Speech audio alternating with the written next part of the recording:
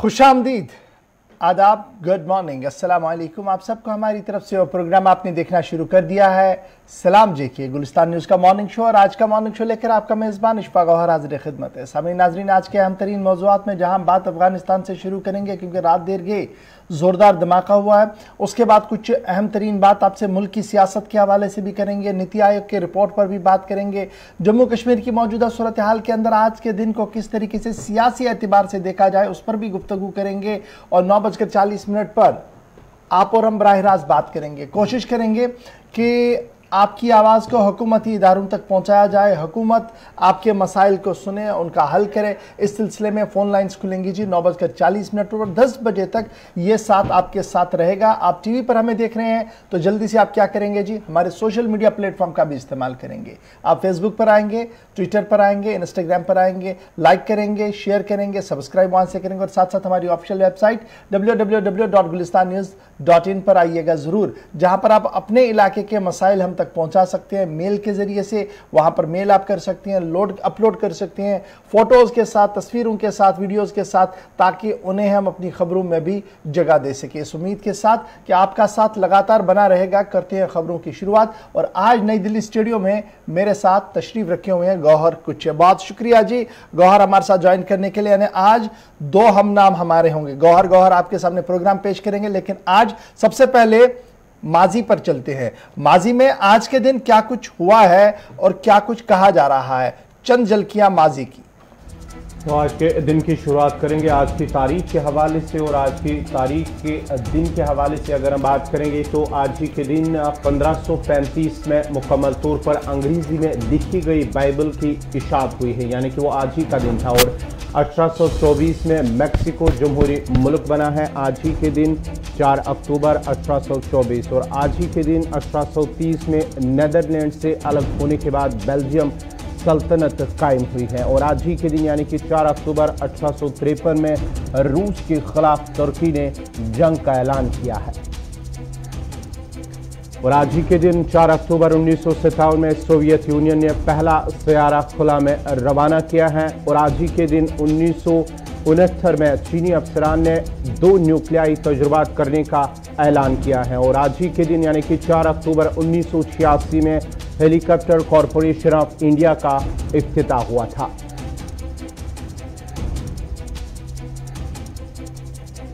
ये तो थी बात ना तारीखी पस मंज़र की, यानी आज तारीख के जरखों में जब झांकने की कोशिश की तो चंद बातें आपके सामने रखी, लेकिन आज माजी के अंदर क्या कुछ है, यानी माजी की बात होगी, अब मुस्तकबिल के अंदर क्या कुछ है और आज क्या कुछ चल रहा है। सबसे पहले शुरुआत करते हैं अफगानिस्तान की, क्योंकि अफगानिस्तान का दिन कल के हवाले से इंतहाई ख़तरनाक दिन रहा है। क्योंकि कल मस्जिद के अहाते के अंदर धमाका हुआ। उस धमाके के अंदर इब्तिदाई खबरों के मुताबिक पहले 5 और बाद में रात होते हुए 12 लोगों के मारे जाने की खबर आई। 32 से ज़्यादा लोग जो है वो काबुल के अंदर धमाके के अंदर जो है वो जख्मी हुए हैं। और ये मामला कब सामने आया, जब ज़बीहुल्लाह मुजाहिद जो इंफॉर्मेशन और कल्चर के वज़ीर अफ़गानिस्तान के अंदर हैं, उनकी वालदा की फातह खानी के मौके पर धमाका हुआ। और उस धमाके के दौरान जिस मस्जिद के अंदर ये सारा तकरीब चल रही थी, उसी दौरान ज़ोरदार धमाका हुआ और उस धमाके के अंदर 12 लोगों के मारे जाने की इतलात मौसूल हुई है।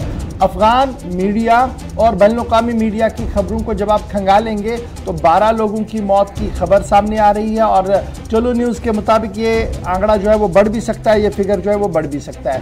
32 से ज़्यादा लोग जो है वो ज़ख्मी हुए हैं। धमाका मस्जिद के अंदर हुआ है। और कारी सईद जो तर्जुमान है अफ़गान इंटीरियर मिनिस्ट्री के, उनका मानना है कि 3 लोगों को जी इस सिलसिले में फ़िलहाल डिटेन किया गया है, गिरफ्तार किया गया है। क्योंकि ईदगाह मस्जिद जो थी काबुल के अंदर, वहाँ पर ज़बीहुल्लाह मुजाहिद जो डिप्टी मिनिस्टर फॉर इंफॉर्मेशन और कल्चर है, उनकी वालिदा की फातह खानी के हवाले से तकरीब चल रही थी, जिस दौरान ये धमाका जो है वो किया गया है। अगरचे अभी इस धमाके के हवाले से किसी भी तंजीम ने कोई ऑफिशियल बयान जारी नहीं किया है, ताहम ये बात काबिल ज़िक्र है कि तालिबान के टेक ओवर करने के बाद अफ़गानिस्तान के अंदर ISIL की जो तंजीमें हैं, एक तो है ISIS और दूसरा है ISIL।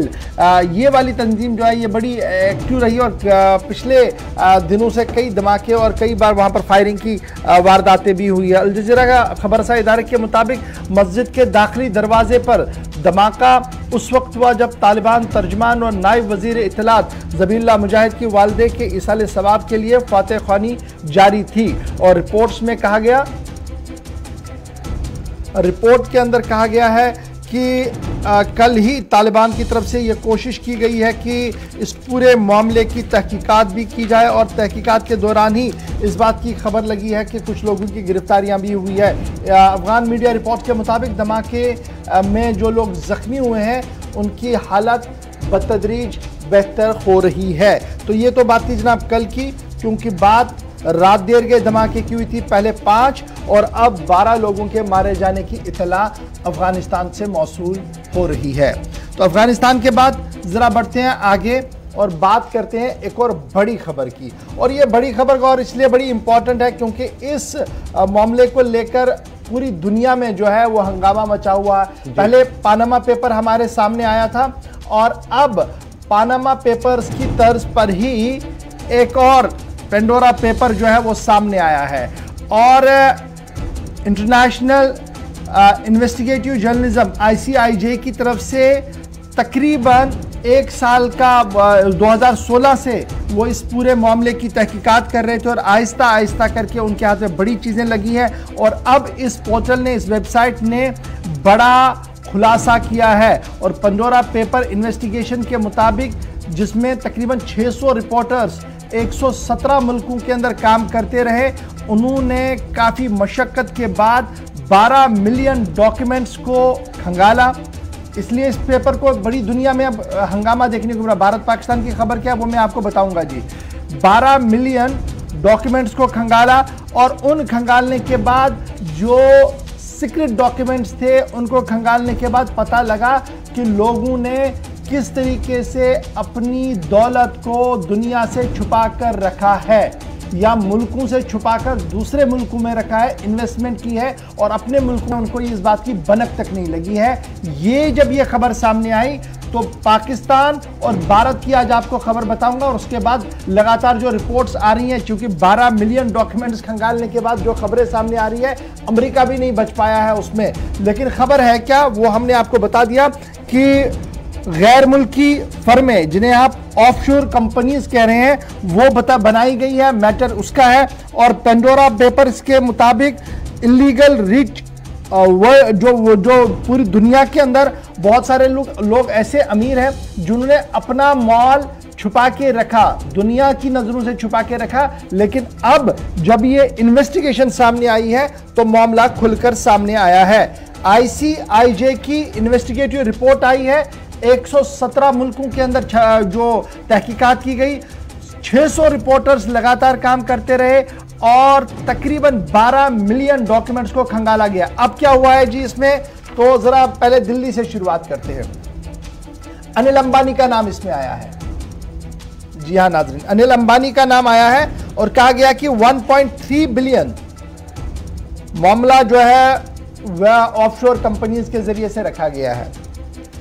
और फरवरी 2020 में आपको याद होगा कि अनिल अंबानी का मामला चला चाइनीज फर्म के साथ और इंटरनेशनल फोरम के अंदर अनिल अंबानी ने कहा कि जनाब वो दिवालिया है, उनके पास पैसा नहीं है, वो नहीं दे सकते हैं। ये एक फैक्ट है। उनकी आमदनी जो सिफर है, उन्होंने कहा था कि मेरा नेट वर्थ जो है वो 0 है, इसलिए पैसा वैसा नहीं मिलेगा जी। लंदन की अदालत, लंदन कोर्ट में उन्होंने ये बात कही थी। लेकिन फरवरी 2020 के बाद जब आप 2021 की बात करते हैं तो 1.3 बिलियन की ऐसी रकम और ऐसी गैर मुल्की फर्म, जिसे आप ऑफशोर फर्म कहते हैं, उसका खुलासा हुआ है।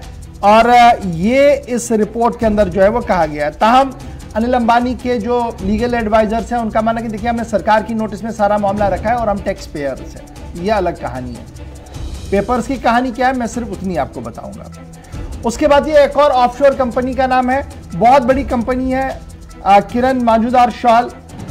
इन्होंने बिटकॉइन के अंदर शेयर जो लिया है वो कितना है, 85 मिलियन। अब आप समझ सकते हैं 85 मिलियन बिटकॉइन के अंदर लगाना, उस बिटकॉइन के अंदर जिसको लेकर अभी भारत सरकार सोच ही रही है कि क्या कुछ करना है। और इसी के अंदर यह कहा गया कि जेलिनटेक जो सिबी के साथ जनाब पहले इन्होंने शॉल ने क्या किया, ये एक फर्म बनाई, उसको सिबी के साथ रख दिया और बाद में ये चलता रहा मामला और उनकी ऑफशोर कंपनी जो है उसका भी खुलासा हुआ है। इस खुलासे के अंदर सचिन तेंदुलकर का भी नाम है और कहा गया कि जिनका उनकी अहलिया, उनकी वाइफ, उनके वालिद ने कंपनी बनाई BVI कंपनी और इसका नाम भी जी आप इस लिस्ट में आया है। और ऑफशोर एंट्री के तौर पर ब्रिटिश वर्जिन आइलैंड्स, ये BVI कंपनी जो है साल 2016 की बनी हुई थी और बाद में तेंदुलकर के जो वकील है उनका मानना है कि जनाब हमने $2.68 मिलियन जो थे वो 2016 में वापस लाए हैं इन्वेस्टमेंट के तौर पर और LRS जो है हमने डिक्लेयर कर दिया है टैक्स अथॉरिटीज़ के सामने, इसलिए ये खबर जनाब सही नहीं है। लेकिन इंटरनेशनल फॉर्म ने जो डॉक्यूमेंट दिए हैं उसका हवाला मैं आपको दे रहा हूँ।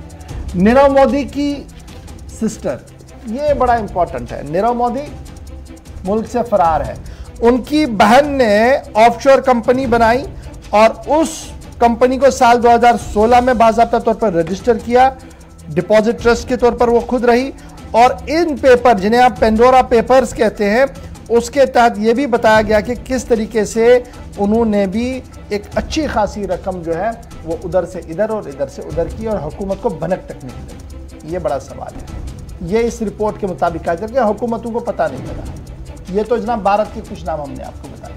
पाकिस्तान की हुकूमत बनी ही थी इस मामले को लेकर, इमरान खान की हुकूमत, कि जनाब बैरून मुल्क जो सरमाया है उसे मुल्क वापस लाना है, यानी पाकिस्तान वापस लाना है। इमरान खान ने अपनी कैंपेन इसी से शुरू की थी और पूरे पाकिस्तान ने उसको वोट भी किया था।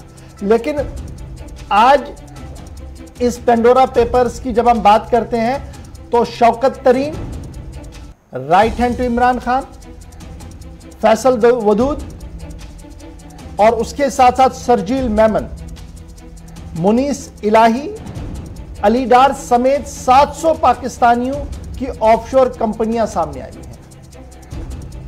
यह बड़ा इंपॉर्टेंट है क्योंकि मैंने पहले ही कहा कि जनाब अब ये जब कंपनियां सामने आएंगी ना तो बड़ी नींदें उड़ेंगी। पाकिस्तान के अंदर 700 नाम ऐसे आए हैं जिन्होंने सरमायाकारी बाहर की है और साबिका टेन्योर में जब आप याद रखेंगे इमरान खान आया ही था इसी मामले को लेकर, जनाब मुल्क की दौलत को बाहर लिया जा रहा है उसको वापस लाना है।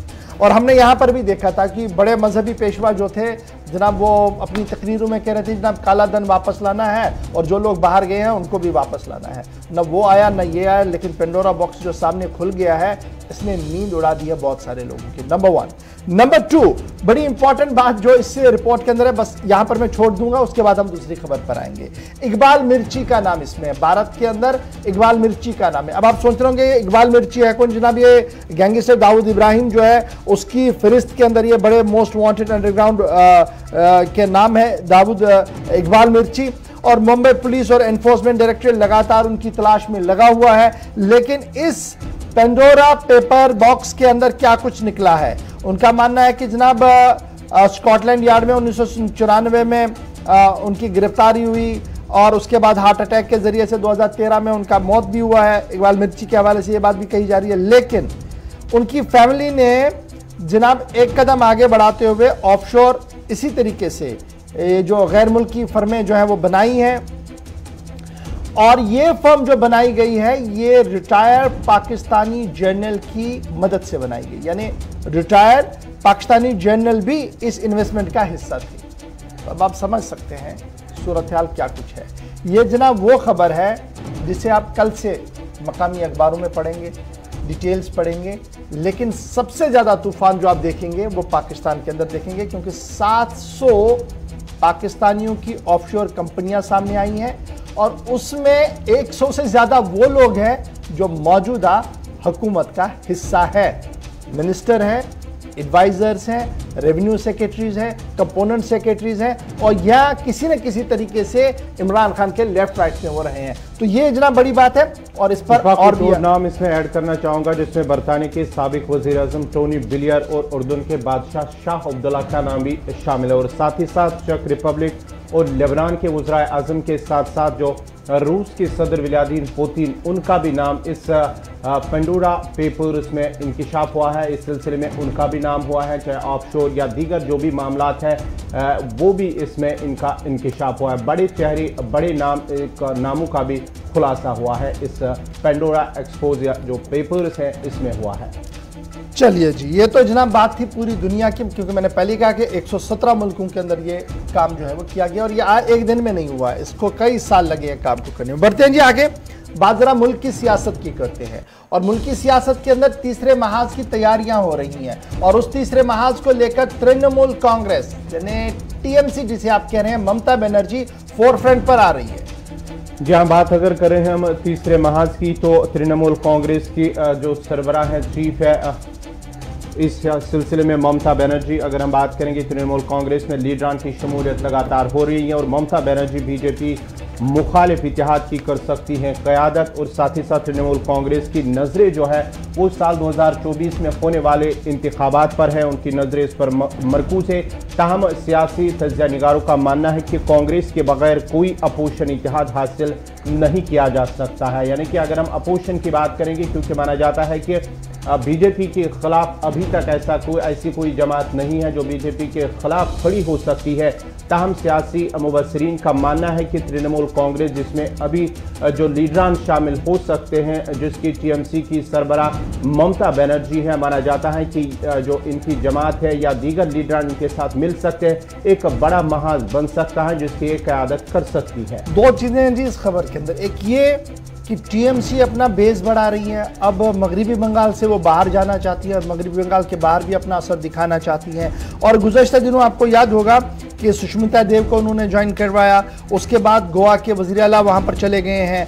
अब खबर ये भी है कि फॉर्मर जो चीफ कांग्रेस लीडर है मेघालय के और वज़ीर आला भी रहे हैं मुकुल संगमा, वो भी इन लाइन लग चुके हैं और उसके साथ साथ 1 दर्जन से ज़्यादा लोग जो है वो ममता बनर्जी के राब्ते में और आने वाले दिनों में वो टीएमसी ज्वाइन कर सके। एक तो ये खबर है और दूसरी बात ये है कि साल 2024 को लेकर टीएमसी कांग्रेस को साइडलाइन करते हुए एक बड़े इतिहाद को तश्कील देने की कोशिश में है, क्योंकि आपको याद होगा कि गुज़श्ता दिनों जब कांग्रेस लेड अपोजिशन ने लोकसभा के अंदर बात करनी चाहिए थी तो बात मौसर नहीं रही, क्योंकि शायद राहुल की लीडरशिप को एक्सेप्ट नहीं किया जा रहा है या उसे उतना ज़्यादा मौसर नहीं माना जा रहा है। यही वजह है कि विकल्प के तौर पर, अल्टरनेटिव के तौर पर ममता का इस्तेमाल हो सकता है और यही वजह है कि ममता बनर्जी और ममता बनर्जी की जमात जो है वो साल 2024 के चुनाव को मद्देनजर रखते हुए अपनी हिकमत अमली को तरतीब दे रही है, पार्टी बेस को भी मजबूत कर रही है और साल 2024 के इंतखाबात पर भी गहरी नजर है। अब ये यहाँ पर बड़ा इंपॉर्टेंट बता, कल जब ज़िमनी इंतखाब हुए मगरिबी बंगाल के अंदर तो थंपिंग मेजॉरिटी के साथ उन ज़िमनी इंतखाबात में ममता ने भी जीता और उनके और 2 साथियों ने भी जीता, जिसके बाद ये साफ तय हो रहा है कि आने वाले दिनों में सियासत किस रंग में जा सकती है। बहरहाल सियासत पर हमारी भी नजर रहेगी और ममता बनर्जी की बात तो अपनी जगह, लेकिन बढ़ते हैं जी आगे। बात जरा मुल्क के अंदर एक और मामले की करते हैं और वो कोविड के हवाले से करते हैं। आपको याद होगा कि हर माह डाटा रिलीज होता है मरकजी वजारत सेहत की तरफ से। इस बार भी डाटा रिलीज हुआ है मरकजी वजारत सेहत की तरफ से, जहां चंद रियासतों को हसास रियासतें करार दिया गया है, बाकी रियासतों के लिए कहा गया है कि जनाब नज़र गहरी रखें वरना हालात ख़राब हो सकते हैं। जहाँ अगर हम बात करेंगे मुल्क के अंदर कोरोना वायरस की, तो कोरोना वायरस के मामलों के हवाले से ये डाटा जो सामने है, इसमें 30 अजला मुल्क के अंदर जो 30 अजला है उनके अंदर पॉजिटिविटी रेट जो है वो काफ़ी हाई रिकॉर्ड की गई है और माना जाता है कि जो पॉजिटिविटी रेट है वो 3% जो है 3% वो मुल्क भर के अंदर इसमें कमी अगरचे वजारत सेहत की जानिब से डाटा शो किया जा रहा है, लेकिन 18 में से 11 रियासतें ऐसी हैं जहां पर 5 से 10% इस पॉजिटिविटी रेट जो है उसमें इजाफा हुआ है। यानी कि माना जाता है, इससे अंदाज़ा लगाया जा सकता है कि इन्फेक्शन में बढ़ोतरी हो सकती है, ट्रांसमिशन हो सकता है इन्फेक्शन को। इसमें पॉजिटिविटी रेट जो 5 से 10% शो किया जाता है उसमें इन्फेक्शन का ज़्यादा खतरा लाहक है। मरकजी वजारत सेहत की तरफ से जो आदाद शुमार दिए गए हैं और हफ्तावार ब्रीफिंग के अंदर ये कहा गया कि आज 13वां दिन है जी, यानी कल, आज नहीं बल्कि कल 13वां दिन था जब पॉजिटिविटी रेट जो है वो 3% के आसपास रही है, जिसे इत्मीनान बख्श भी बताया जा सकता है। लेकिन 11 रियासतों के अंदर 18 ज़िले ऐसे हैं जहां पर पॉजिटिविटी रेट 5 से 10% के अंदर है और वहां पर ये डिजीज़ जो है, यानी जिसे हम कोविड-19 इन्फेक्शन कह रहे हैं, वो ट्रांसमिट जल्दी जल्दी हो रहा है। इस पर नज़र रखने की ज़रूरत है। वर्ल्ड हेल्थ ऑर्गेनाइजेशन की तरफ से ये क्या कहा गया था कि जनाब 5% से भी कम हमने इसको रखना होगा और तकरीबन ये 5% से कम कितने दिन तक रखना है? 2 से 3 हफ्तों तक कंटिन्यूसली 5% से कम अगर रहता है तो आप कहीं ना कहीं ग्रीन जोन के अंदर जो है वो रह सकते हैं। और अब जो 30 ज़िले हैं, 6 रियासतें हैं जिनके बारे में कोविड-19 की रेटिंग जो है, पॉजिटिव रेटिंग 10% है या 10% से भी ऊपर है, उनके ऊपर यह कहा गया कि जनाब अब आप एहतियात बरतें और बाहर या अंदर आने वाले लोगों की मुकम्मल तौर पर जांच की जाए, जिनमें केरल भी एक ऐसी रियासत है जहां पर पॉजिटिविटी रेट जो है, यानी अभी पॉजिटिव रेट यानी कोरोना पॉजिटिव वाले लोगों की रेट जो है वो बड़ी है। 5 रियासतों के अंदर 50 से 1 लाख एक्टिव केसेस है, इस तरीके की बात जो है वो कही गई है। और महाराष्ट्र के अंदर 40,000 एक्टिव केसेस अभी भी पाए जा रहे हैं, तमिलनाडु के अंदर 17,192, मिजोरम के अंदर 16,841, कर्नाटका के अंदर 12,000, अरुणाचल प्रदेश के अंदर 11,655। ये वो रियासतें हैं जिनको लेकर मरकज को तशवीश है, क्योंकि यहाँ पर कोविड-19 जो है वो तेजी के साथ फैल रहा है और यही वजह है कि रियासती इंतजामिया को कहा गया कि माकूल और मुनासिब इंतजाम जो है वो करवाए जाए। ताम जम्मू कश्मीर के हवाले से जब आप देखेंगे इस जाविये को तो पॉजिटिविटी रेट में कमी आई है, लेकिन एहतियात बरतने के लिए मरकजी वजारत सेहत की तरफ से फिर भी ऑर्डर जो है वो जारी कर दिए गए। ये तो बात थी जनाब कोविड की। अब जरा बात आपको प्रियंका गांधी की भी करते हैं, क्योंकि आपको याद होगा कि उत्तर प्रदेश जाते जाते रात देर गए प्रियंका गांधी को हिरासती तहवील में लिया गया। और यह हिरासती तहवील सिर्फ इसलिए में लिया गया क्योंकि वहां पर पुरहजूम तशद्दुद हुआ था और हुजूमी तशद्दुद के दौरान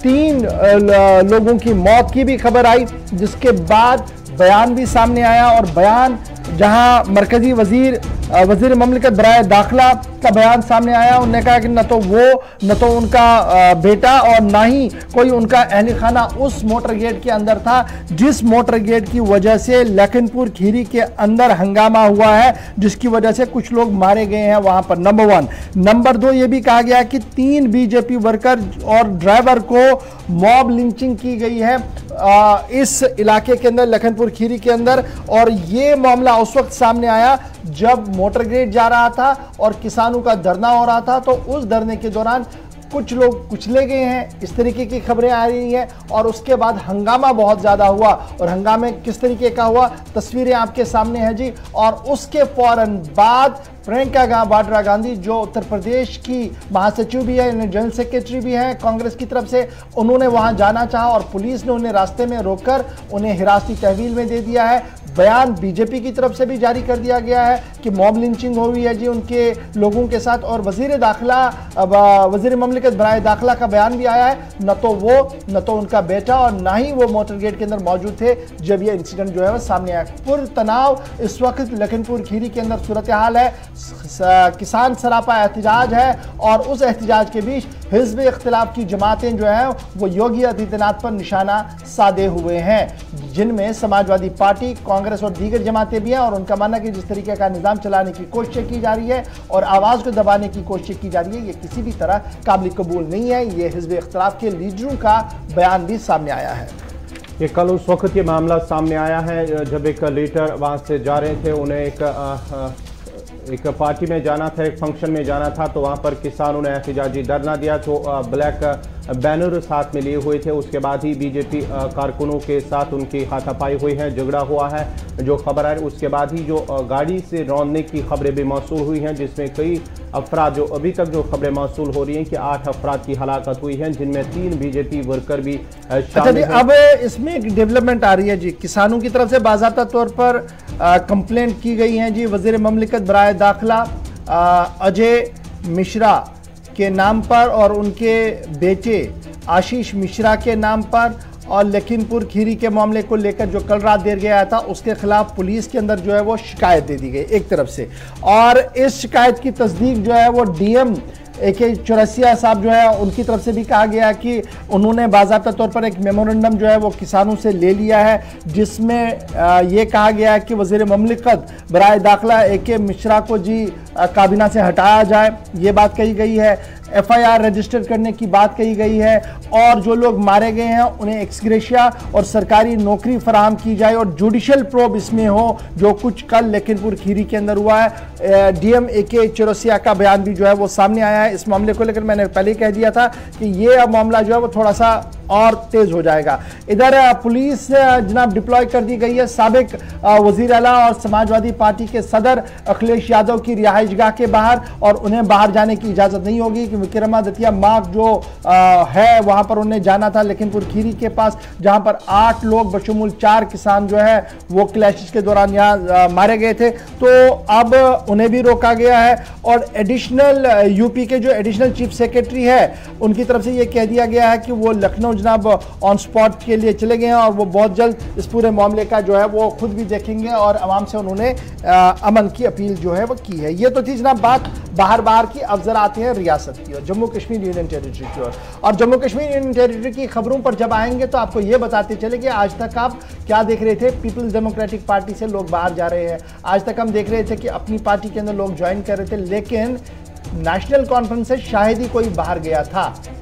ये मामला बड़ा इंपॉर्टेंट है, लेकिन अब नेशनल कॉन्फ्रेंस के अंदर इख्तिलाफात सामने आ रहे हैं, और जम्मू सूबे के कई लीडर पार्टी छोड़ सकते हैं। इस तरीके की खबरें जो है वो काफी ज्यादा गर्दिश में है, और इन्हीं गर्दिश कर रही खबरों के बीच खबर यह भी है कि फारूक अब्दुल्ला के दस्तेराज और उमर अब्दुल्ला के करीबी देवेंद्र सिंह राणा आज पार्टी छोड़ सकते हैं। पार्टी के सभी पोस्ट से भी वो इस्तीफा देंगे, और पार्टी की बुनियादी रुकनियत से भी वो अलग हो सकते हैं। माना जा रहा है कि पार्टी के अंदर शदीद नवियत के इख्तिलाफात पैदा हुए हैं, और उन इख्तिलाफात को दूर करने में फारूक अब्दुल्ला और उमर अब्दुल्ला की खामोशी के बाद शायद आज देवेंद्र सिंह राणा पार्टी को अलविदा कह सकते हैं, और इस तरीके से शुरुआत होगी जनाब जम्मू के अंदर नेशनल कॉन्फ्रेंस के डाउनफॉल की। माना जा रहा है कि देवेंद्र सिंह राणा या तो एक अलहदा जमात बनाने की तैयारी में है, या एक महाज बनेगा जो आगे बढ़कर सियासी सरगर्मियों में हिस्सा ले सकता है। देवेंद्र सिंह राणा, आपको याद होगा कि किस तरीके से उन्होंने जब दोनों रियासत का 2 हिस्सों में तकसीम हुआ था, उसके बाद किस तरीके से उन्होंने अपनी बात आहिस्ता आहिस्ता करके रखी थी। श्रीनगर वो चले गए थे फारूक अब्दुल्ला से मिलने, पार्टी इलेक्शंस में उन्होंने बढ़ चढ़ कर हिस्सा लिया, लेकिन रात देर के बड़ी खबर सामने आई कि नाराजगी चल रही है, और नाराजगी के बीच वो अपने सभी ओहदों से इस्तीफा दे सकते हैं आज, और शायद बुनियादी रुकनियत से भी अलग होंगे। इधर इतना ही नहीं, खबर यह भी है कि नेशनल कॉन्फ्रेंस के 1 दर्जन से ज्यादा बड़े चेहरे पार्टी को छोड़ सकते हैं जम्मू सूबे के अंदर। इस तरीके की इतलात और खबरें जो है वो ग्राउंड जीरो से आ रही हैं। सीधे चलेंगे अपने senior news editor Vinod Kumar ji के पास। विनोद जी, बहुत शुक्रिया सर ज्वाइन करने के लिए। फटाफट से जरा अपडेट कीजिएगा। रात देर के हमने खबर तो ब्रेक की है, लेकिन रात से लेकर सुबह तक सियासी पस मंजर के अंदर क्या कुछ चल रहा है, किस खीमे के अंदर क्या कुछ चल रहा है। खबर यह है कि आज का दिन जम्मू पॉलिटिक्स के अंदर एक अहम तरीन दिन हो सकता है। जी बिल्कुल गौर, आपने ठीक कहा कि जिस तरीके से देवेंद्र सिंह राणा जो संभागीय अध्यक्ष है, प्रोविंशियल प्रेसिडेंट है नेशनल कॉन्फ्रेंस के, उन्होंने कल एक संकेत दे दिया। कल ही नहीं, हम ये कहेंगे कि कुछ रोज पहले वो जो गवर्नमेंट मेडिकल कॉलेज के बाहर लोग प्रोटेस्ट कर रहे हैं, यूथ जिनको इंगेज किया गया था, और कल ही उपराज्यपाल मनोज कुमार सिन्हा ने 3 महीने की एक्सटेंशन दिया। उनसे तो मुलाकात करने गए थे, तब भी उन्होंने संकेत दिया था कि मैं किसी पोलिटिकल पार्टी की यानी नेशनल कॉन्फ्रेंस की तरफ से नहीं मिलने आया हूँ, मैं एज ए सिटीजन ऑफ जे मिलने आया। तो वो संकेत पहले से चला थे, कहीं ना कहीं नाराजगी देवेंद्र सिंह राणा में है। और अभी तक यानी ठीक 9 बजे तक मैं क्या आपको बता दूं, अभी तक रिजाइन देवेंद्र सिंह राणा ने अभी तक रिजाइन नहीं किया है। और आने वाले वक्त में, यानी आज का दिन इसलिए इम्पोर्टेंट है कि हो सकता है कि कुछ समय बाद वो सभी ओहदों से अपने जितने भी उनके पास दायित्व नेशनल कॉन्फ्रेंस से दिया है उससे वो रिजाइन दे सकते हैं।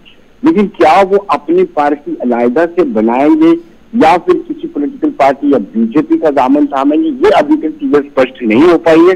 क्योंकि जो हमारा तजुर्बा है अपनी पत्रकारिता का, ये जिसने अलग पार्टी बनाने की कोशिश की है वो कामयाब नहीं हो पाया है। हम सब जानते हैं, चाहे गुलाम हसन मीर की बात करें, चाहे हकीम मोहम्मद यासीन की बात करें, या फिर पैंथर्स पार्टी की बात करें, इतना लंबा समय काटने के बाद भी पैंथर्स पार्टी अपने आप को मजबूत नहीं कर पाई है। तो कहीं ना कहीं आज का दिन, जैसे आपने कहा, बड़ा इंपॉर्टेंट है जम्मू कश्मीर की सियासत के लिहाज से। अच्छा, ये भी विनोद जी खबर है कि ये राणा साहब ही सिर्फ नहीं है जो जम्मू के अंदर पार्टी पॉलिटिक्स और पार्टी के अंदर जो मामलात है उससे नाराज है।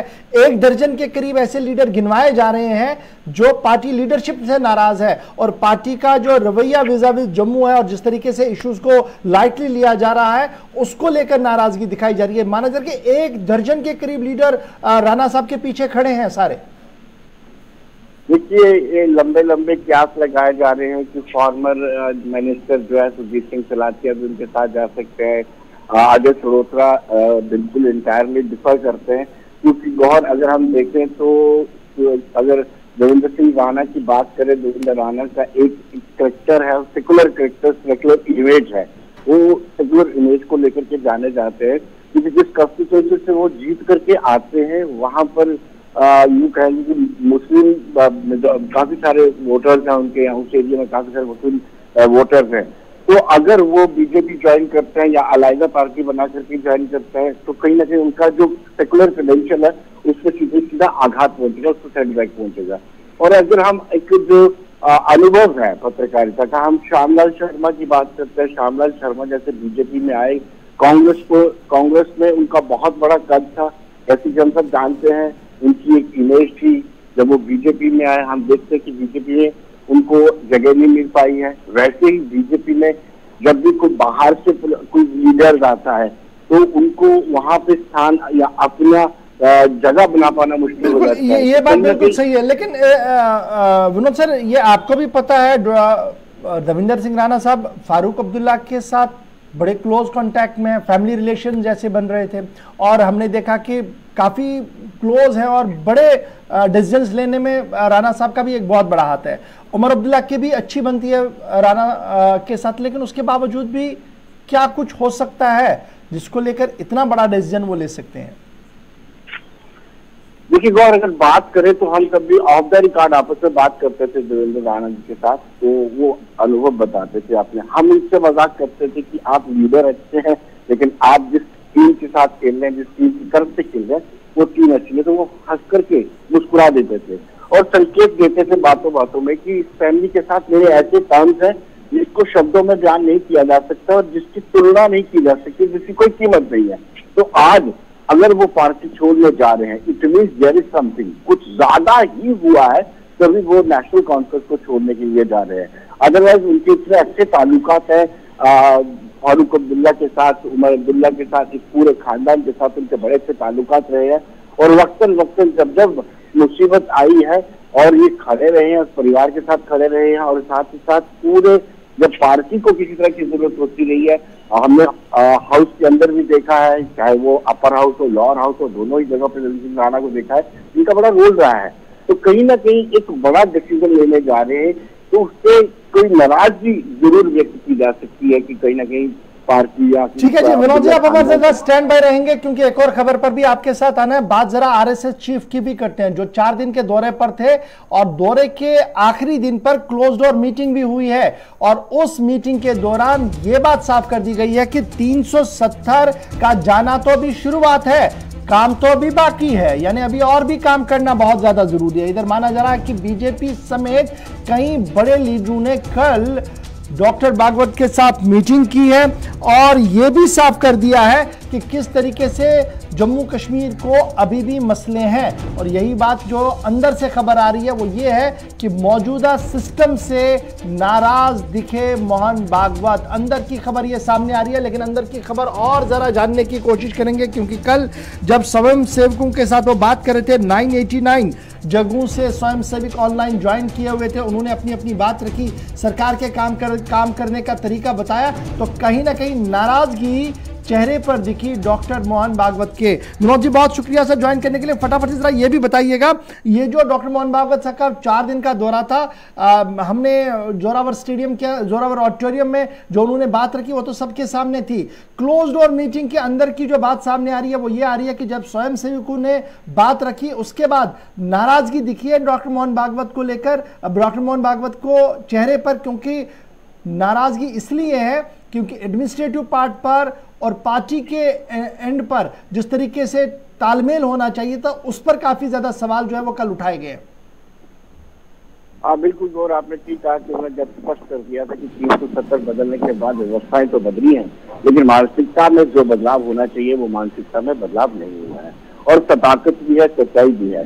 जो राष्ट्रीय स्वयंसेवक संघ के साथ जुड़े हुए जम्मू प्रोविंस के लोग हैं उनको बड़ा अच्छा लगा था कि 370 में संशोधन हुआ, 35 वो 3 हुआ, और उसके बाद उनको लगता था कि जो एक लक्ष्य था, जो लंबे समय से राष्ट्रीय स्वयंसेवक संघ और भारतीय जनता पार्टी ये कहते थे कि 370 हटना चाहिए, उस लक्ष्य की पूर्ति हुई है, एक विजय हुई है। लेकिन 2 साल गुजरते गुजरते उस विजय, उस जश्न को फीका पड़ने में कोई टाइम नहीं लगा।